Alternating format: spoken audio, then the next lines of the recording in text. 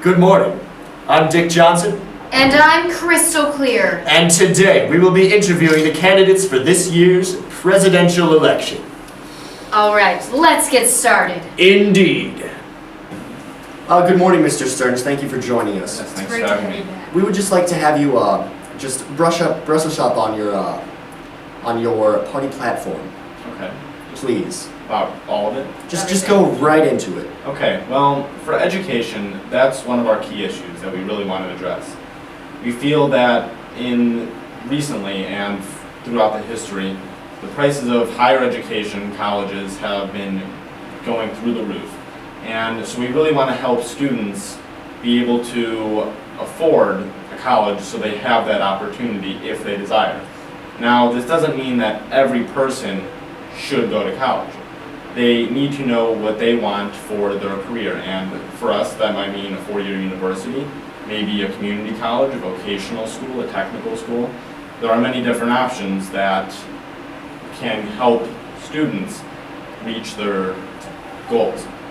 And to help address the skyrocketing cost of colleges, for us that can mean offering tax breaks to public and private universities so that they can keep their costs a bit lower, and also encouraging private investors to give loans. Economically, we really want to make sure that small businesses which are the key to the American economy and the American dream, we want to make sure that they can start. And that means also giving them tax breaks, as more businesses and more businesses will result in more jobs for the American people. And we also want to reduce the governmental spending and lower taxes so that the government deficit, which is, I believe, at about $17 trillion at the moment, we can really lower that and not be so dependent on our loans with foreign countries. With foreign affairs, we do feel that we need a strong army just to ensure the safety of the American people, which is at the foremost concern of the government, or which should be.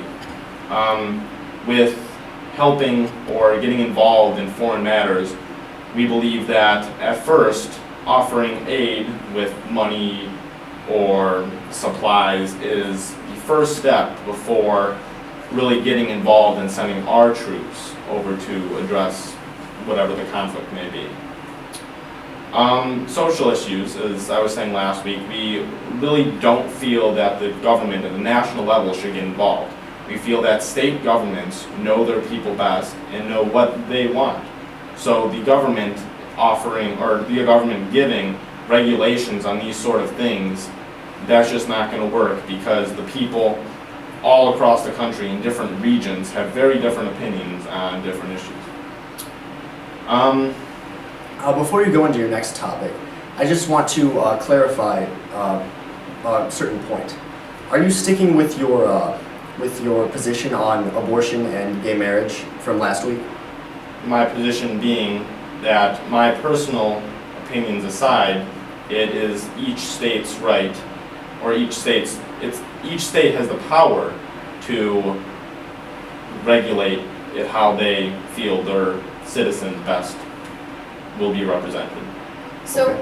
we're just a little confused because traditionally your party feels that religion states that abortion is bad and gay marriage is off the table. Your party has historically taken a very strong stance on those topics.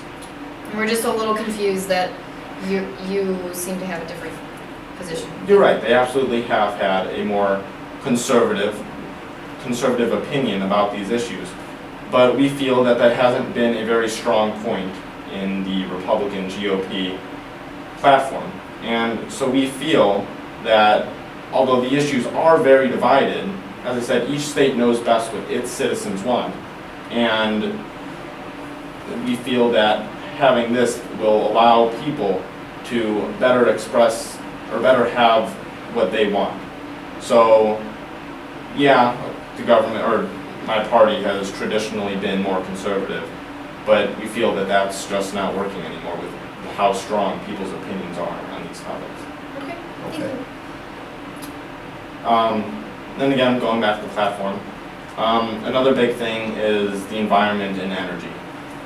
And with energy, as we know, we don't want to be as dependent on foreign oil and have these dependencies that can get us into trouble and lead us into conflicts. So we really want to kind of sponsor the finding and the discovery and experimentation with alternative energies. And so alternative energies that can be much more efficient. Most of these energies at the moment are not maximized at their full potential. So we feel we need to give these time in order to fully develop.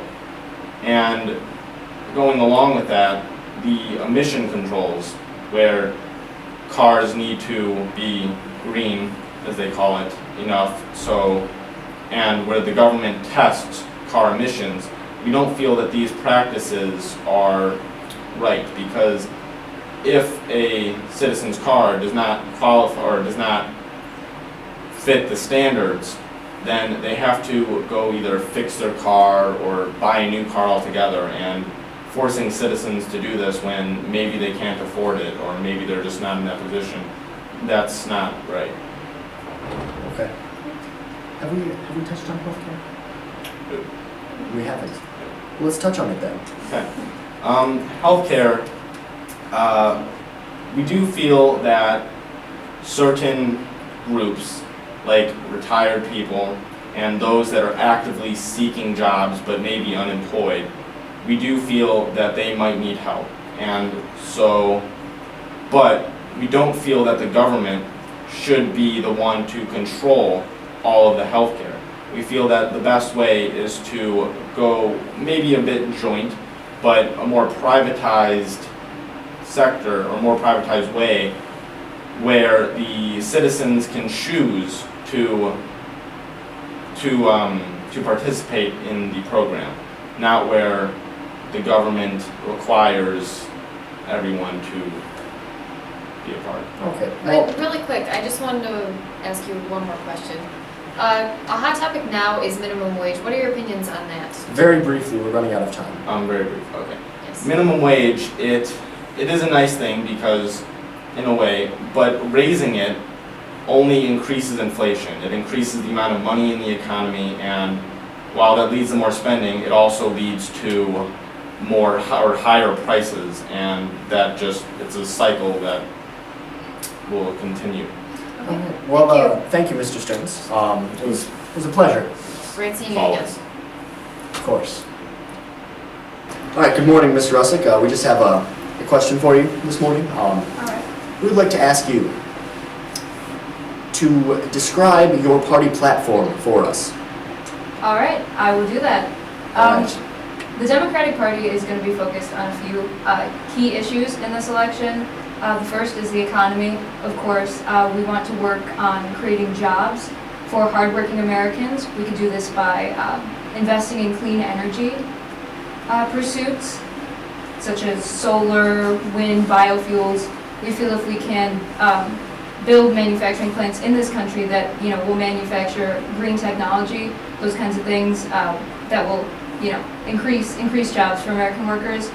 And we also want to give tax breaks to businesses that keep jobs in the U.S., as well as tax breaks for small businesses that hire workers, increase wages, make investments, because small businesses are really the backbone of our economy.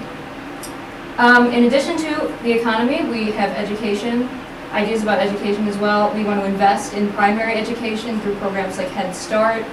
And kind of on the other end of the spectrum, we want to ensure that students who want to pursue a college education can. As you know, tuition rates are very high right now. Yeah. So we want to ensure that a student's loans are never more than 10% of their monthly income. And we also want to increase funding for the federal Pell Grants. And as far as foreign affairs, we want to pursue international terror groups such as Al-Qaeda abroad in other countries.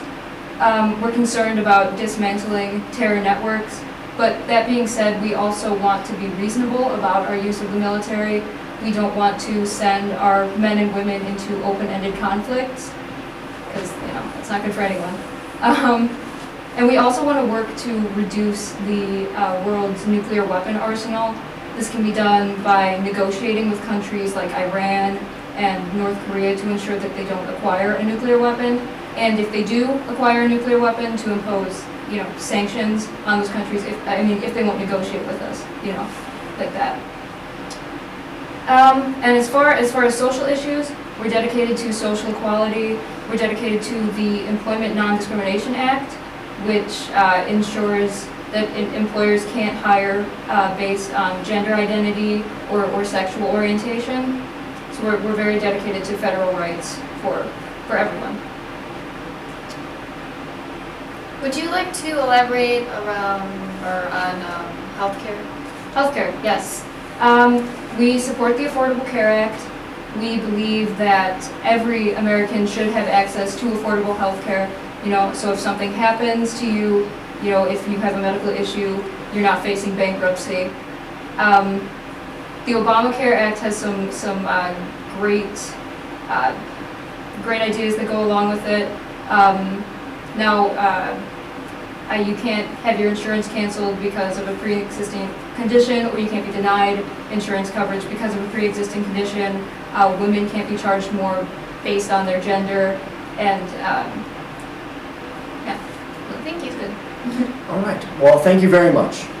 Thank you. It's been great talking to you. Wonderful. Good morning, Mr. Walton. It's great to have you back again. Yeah, it's nice to be here. Yes, welcome.